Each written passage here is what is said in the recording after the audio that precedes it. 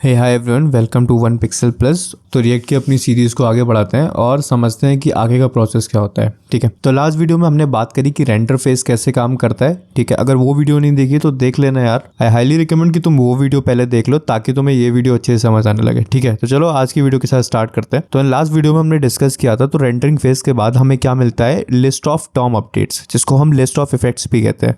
ठीक है, तो वो लिस्ट ऑफ इफेक्ट्स हमारी कमिटिंग फेज में जाती है। अब कमिटिंग फेज में क्या होता है, सबसे पहले वो लिस्ट ऑफ इफेक्ट्स में जितनी भी इफेक्ट्स होते हैं, जितने भी चेंजेस लिखे होते हैं, हमारे रिएक्ट उनको डॉम में अपडेट्स करता है। मतलब जो भी इंसर्ट करना हो इंसर्ट करेगा, डिलीट करना हो डिलीट करेगा, अपडेट करना हो अपडेट करेगा, and these kind of stuff. Okay, तो कमिट फेज में हमारी लिस्ट ऑफ इफेक्ट को इंप्लीमेंट किया जाता है और एक्चुअली डॉम में लिखा जाता है। ठीक है, रेंडर फेज में हमने कोई अपडेट नहीं किया था डॉम में, या रेंडर फेज में बस हमें ये पता चला था कि क्या क्या हमें अपडेट करने हैं ताकि हम लेटेस्ट स्टेट चेंजेस को यूआई पे दिखा सके। ठीक है, तो उसकी एक लिस्ट बना के हमने कमिट फेज में भेजी और कमिट फेज में एक्चुअली हमने वो सारे चेंजेस डॉम में किए। ठीक है, और कमिटिंग फेज सिंक्रोनस होता है। अब क्या मतलब है इसका ये मतलब है कि जब भी हम डॉम में राइट्स करते हैं, so we want to do all the changes in one go. हम ये नहीं कर सकते कि टास्क को डिवाइड कर दिया और थोड़े चेंजेस अभी कर दिए थोड़े बाद में कर दिए, क्योंकि वैसा पॉसिबल नहीं है यार। अगर तुमने 10 चेंजेस करे और यूआई पे तुम्हारे पास 5 चेंजेस देखने, तो that would not be great यार। हम पार्शियली यूआई नहीं दिखा सकते, है ना। तो इसीलिए committing is synchronous but rendering is asynchronous. Rendering में हम ऐसा कर सकते हैं कि हमने टास्क को डिवाइड कर दिया चंक्स में और उसको शेड्यूल कर दिया, बट कमिटिंग हमारी एक ही बार में सारी होती है। जितना भी कमिट हमें करना होता है हम सब एक बार में करते हैं, उसको कभी ब्रेक नहीं करते और कभी पॉज नहीं करते। ठीक है, तो आफ्टर कमिटिंग फेज तुम्हारा जो work in progress fibre tree होता है वो तुम्हारा करंट फाइबर ट्री बन जाता है नेक्स्ट रेंडर साइकिल के लिए।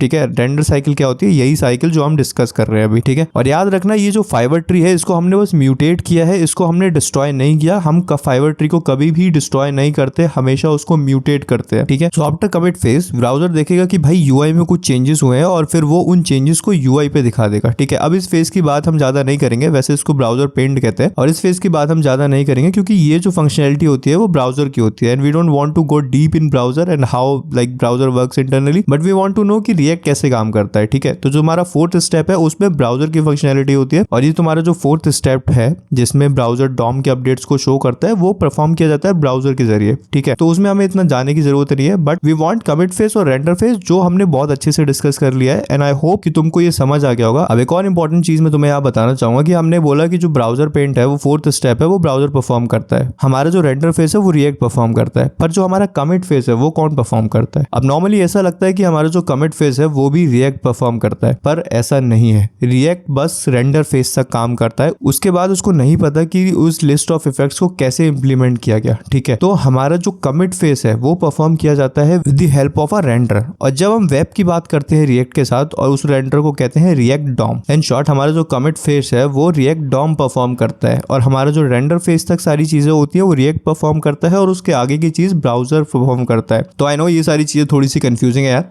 एंड कोई बात नहीं, टेक योर टाइम, आराम से सोचो। और ये सारा प्रोसेस जो मैंने तुमको बताया है ये थोड़ा सा सिंप्लीफाइड करके बताया है, ये टेक्निकली 100% राइट नहीं है। हो सकता है कुछ कुछ चीजें थोड़ी सी अलग होती हो, but most of the thing जो तुम्हें जाननी चाहिए वो सारी चीजें हमने कवर कर ली है। ये 100% श्योर नहीं है चीजें, एल्गोरिदम और रिएक्ट कैसे काम करता है इंटरनली, क्योंकि बहुत सारी डिटेल्स है जो हाइड कर दी गई है। हाँ, इतना सब जानने के बाद भी तुम्हें लगेगा कि इतनी सारी डिटेल्स हाइड कर दी गई है, एक्चुअली कर दी गई है। बहुत सारी चीजें होती है जो बिहाइंड द सीन काम करती है, और उन सबको समझाना इतना इंपॉर्टेंट नहीं होता। उनको समझे बिना भी तुम काम कर सकते हो, बट ये सारी चीजें वो हैं जिनको तुम्हें समझोगे तो तुम्हें मजा आएगा कोड लिखने में, क्योंकि तुम्हें पता होगा कि अच्छा ये ऐसे काम करता है। तो तुम हिट एंड ट्रायल भी करोगे ना तो तुम्हें समझ में आ जाएगा कि ये बग क्यों हो रहा है ना।